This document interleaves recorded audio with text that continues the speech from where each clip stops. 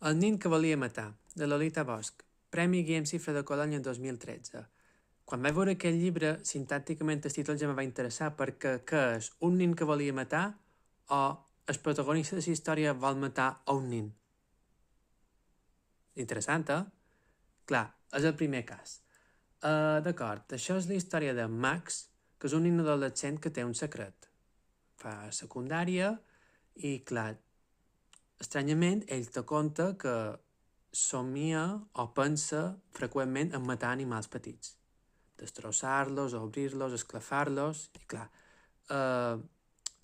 té com una aura estranya que fa que sigui una persona diferent a l'institut, però la gent no li fa assetjament perquè li tenen com a por, d'acord? Li guarden distància i ell està sempre tot sol.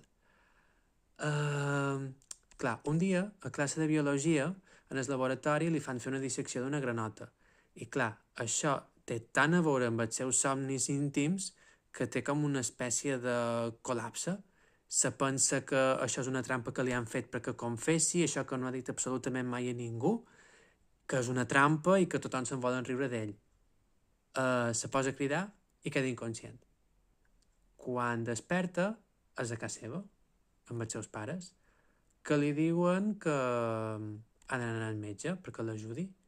I allà, després de moltes preguntes, d'aprendre a confiar en aquesta persona que no hi arriba a confiar, però com que els seus pares confien en ell i volen que estigui bé i li diuen que la millor manera és aquesta, ell accedeix a parlar-ne, tot i que segurament deu ser un psiquiatre infantil, no ho sé, no arriba a fiar-se mai d'aquesta persona. I li diuen que el que té és un brot psicòtic.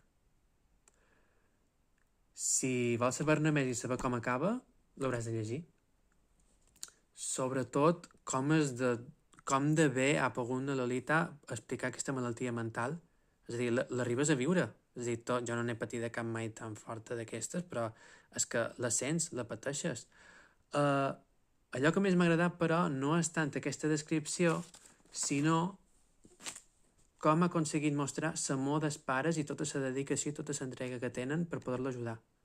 És bestial. És a dir, crec que en poques vegades he llegit una obra on se demostri tant que uns pares tot el que poden estimar i fer pel seu fill. No és el primer pic que llegeix una cosa sobre salut mental, d'acord? He llegit aquest llibre. El que passa que aquí, deixaré de que surtis perquè si no me sortiràs de miniatura i m'enfadaré molt, en aquella obra sembla que tenir una malaltia mental és una festa, una cosa divertida per entretenir-te i ell ho ha fet per fer-se ric, per tornar a tenir fama i clar, això estic totalment en contra. Les malalties mentals són molt fortes i aquests llibres serveixen per tenir empatia, aquest. Allò és per enriquir-se, això no. I això és